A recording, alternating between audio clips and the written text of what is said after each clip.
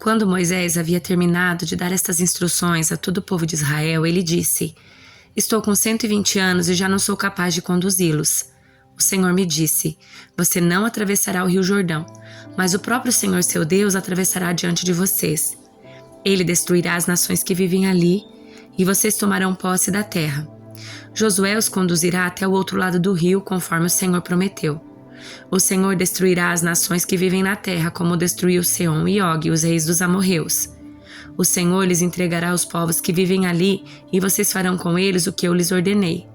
Portanto, sejam fortes e corajosos. Não tenham medo, não se apavorem diante deles. O Senhor seu Deus irá adiante de vocês. Ele não os deixará nem abandonará. Então, enquanto todo Israel observava, Moisés mandou chamar Josué e lhe disse: Seja forte e corajoso, pois você conduzirá esse povo à terra que o Senhor jurou a seus antepassados que lhe daria. Você a dividirá entre eles e a entregará como herança. Não tenha medo nem desanime, pois o próprio Senhor irá adiante de vocês. Ele estará com vocês, não os deixará nem abandonará. Moisés escreveu toda esta lei num livro e os entregou aos sacerdotes que transportavam a arca da aliança do Senhor e às autoridades de Israel. Depois, Moisés lhe deu a seguinte ordem: Ao final de cada 7 anos, no ano do cancelamento das dívidas, durante a festa das cabanas, leiam este livro da lei para todo o povo de Israel, quando estiverem reunidos diante do Senhor seu Deus no lugar que ele escolher.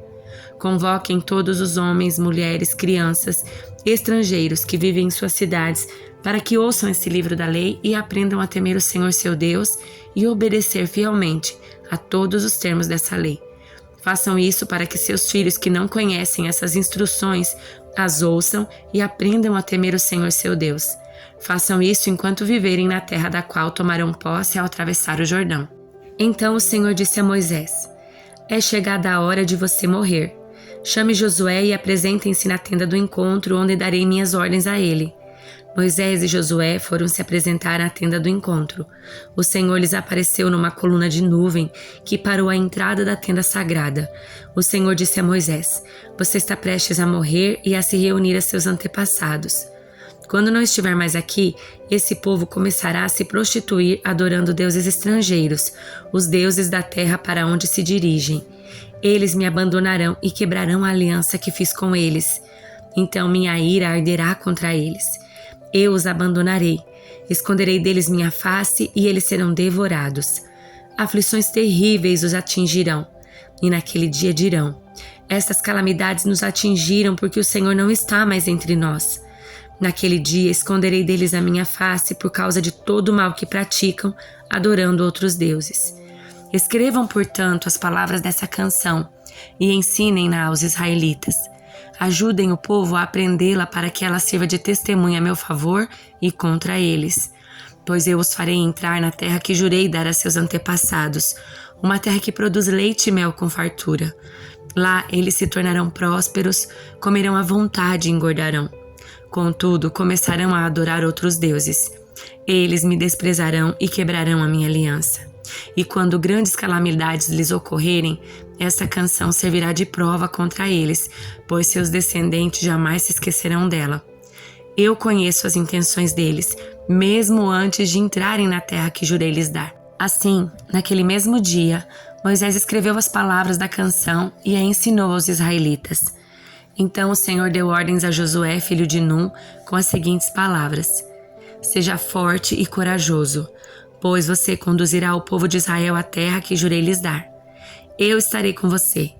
Quando Moisés terminou de escrever os termos da lei num livro, deu a seguinte ordem aos levitas que transportavam a arca da aliança do Senhor: Peguem este livro da lei e coloquem-no ao lado da arca da aliança do Senhor seu Deus, para que ele fique ali como testemunha contra vocês. Pois eu sei como são rebeldes e teimosos. Se mesmo agora, enquanto ainda estou vivo e em seu meio, vocês se rebelaram, quanto mais rebeldes serão depois da minha morte. Convoquem agora todas as autoridades e os oficiais das suas tribos para que eu lhes fale diretamente e chame os céus e a terra para testemunharem contra eles. Sei que depois de minha morte, vocês se tornarão inteiramente corruptos e se afastarão do caminho que lhes ordenei que seguissem. Nos dias futuros, a calamidade cairá sobre vocês. pois farão o que é mal aos olhos do Senhor e provocarão a ira dele contra seus atos. Então Moisés recitou a canção inteira diante de toda a comunidade de Israel. Escutem, ó céus, e falarei. Ouça, ó terra, aquilo que digo. Que meu ensino desça sobre vocês como chuva, que minhas palavras se derramem como orvalho. Caiam como chuva sobre a grama, como garoa suave sobre o capim novo. Proclamarei o nome do Senhor. Exaltemos o nosso Deus. Ele é a rocha e suas obras são perfeitas. Tudo o que ele faz é certo. É um Deus fiel que nunca erra. É justo e verdadeiro. Seu povo o tratou de maneira desleal, agiu maldosamente, não como seus filhos. São uma geração perversa e corrompida. É assim que retribuem ao Senhor, povo tolo e sem juízo. Não é Ele o Pai de vocês que os criou? Não foi Ele que os fez e os estabeleceu? Lembre-se dos dias de muito tempo atrás. Pensem nas gerações passadas. Perguntem a seus pais e eles os informarão. Consultem os líderes e eles lhes contarão. Quando o Altíssimo distribuiu a terra entre as nações, quando dividiu a humanidade, fixou os limites dos povos de acordo com o número dos filhos de Israel. Pois o povo de Israel pertence ao Senhor. Jacó é sua propriedade especial.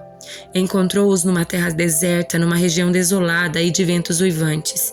Cercou-os e cuidou deles. Protegeu-os como a pupila dos seus olhos. Como a águia que incentiva seus filhotes e paira sobre a ninhada, ele estendeu as asas para tomá-los e levá-los em segurança sobre suas penas. O Senhor e mais ninguém os guiou.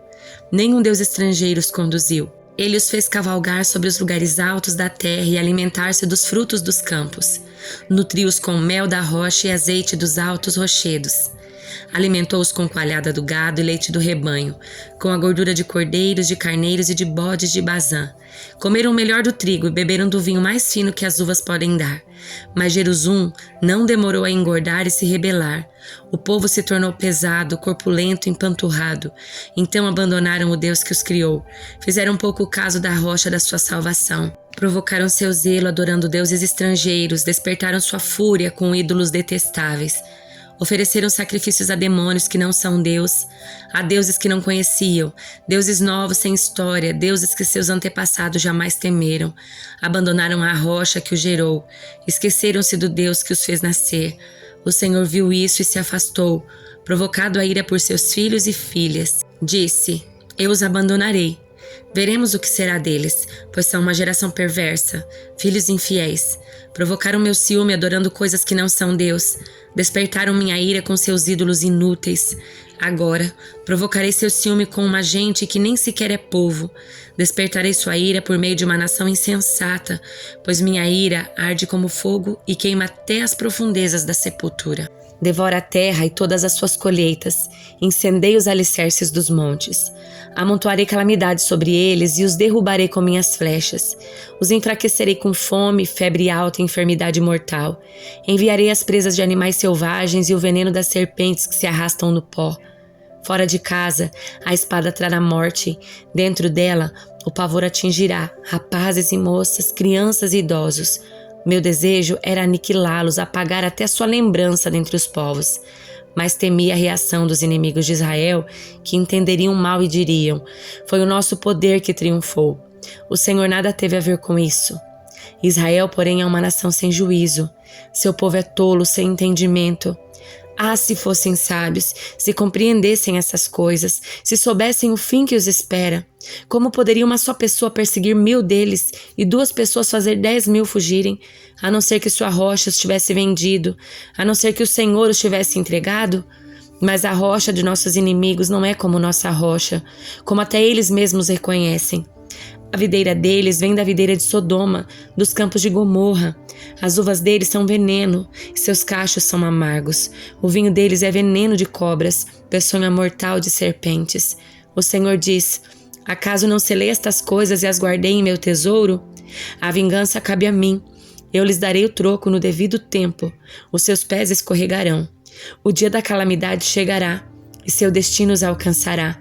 Por certo, o Senhor julgará seu povo, mudará seus planos para seus servos, quando vir que a força deles se esgotou e que ninguém sobrou, nem escravo nem livre. Então ele perguntará: onde estão seus deuses, a rocha em que se refugiaram? Onde estão os deuses que comeram a gordura dos seus sacrifícios e beberam o vinho das suas ofertas? Que esses deuses se levantem e o socorram, que eles lhe deem abrigo. Vejam, agora que eu sou o único, não há outro Deus além de mim. Causo a morte e dou a vida, causo a ferida e faço sarar. Ninguém pode escapar da minha mão poderosa. Agora levanto minha mão para o céu e declaro, tão certo quanto eu vivo, quando eu afiar minha espada reluzente e começar a fazer justiça, eu me vingarei dos meus inimigos e darei o troco aos que me rejeitaram. Farei minhas flechas se embebedarem de sangue, minha espada devorará a carne, o sangue dos massacrados e dos prisioneiros, a cabeça dos líderes inimigos. Alegrem-se com ele, ó céus, e todos os anjos de Deus o adorem. Alegrem-se com seu povo, ó nações, e todos os anjos se fortaleçam nele, pois ele retribuirá o sangue dos seus filhos e se vingará dos seus inimigos. Ele dará o troco aos que o odeiam e purificará a terra do seu povo.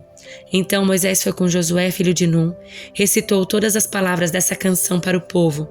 Quando Moisés terminou de recitar todas essas palavras ao povo de Israel, acrescentou: levem a sério todas as advertências que hoje lhes dei.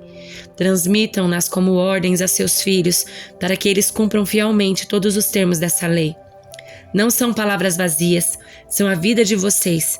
Se obedecerem a elas, terão vida longa na terra, da qual tomarão posse quando atravessarão o rio Jordão.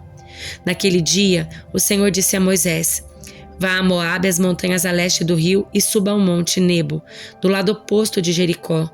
Veja a terra de Canaã, a terra que dou aos israelitas como sua propriedade. Você morrerá ali no monte e será reunido a seus antepassados, como Arão morreu no monte Hor e foi reunido a seus antepassados. Será assim, porque vocês dois quebraram minha confiança diante dos israelitas nas águas de Meribá em Cádiz, no deserto de Zim. Não honraram minha santidade para os israelitas. Por isso você verá a terra de longe, mas não entrará na terra que dou ao povo de Israel. Salmo de número 47. Ao regente do coral, salmo dos descendentes de Corá. Batam palmas todos os povos, celebrem a Deus em alta voz, pois o Senhor Altíssimo é temível, é o grande rei de toda a terra. Ele derrota os povos diante de nós e põe as nações sob nossos pés. Escolheu para nós uma terra como herança, o orgulho dos descendentes de Jacó, a quem ele ama. Deus subiu em meio a gritos de alegria. O Senhor se elevou ao forte som de trombetas. Cantem louvores a Deus, cantem louvores ao nosso Rei. Cantem louvores, pois Deus é o Rei de toda a terra. Louvem-no com um salmo. Deus reina sobre as nações sentado em seu trono. Os governantes do mundo se juntaram ao povo do Deus de Abraão, pois todos os reis da terra pertencem a Deus.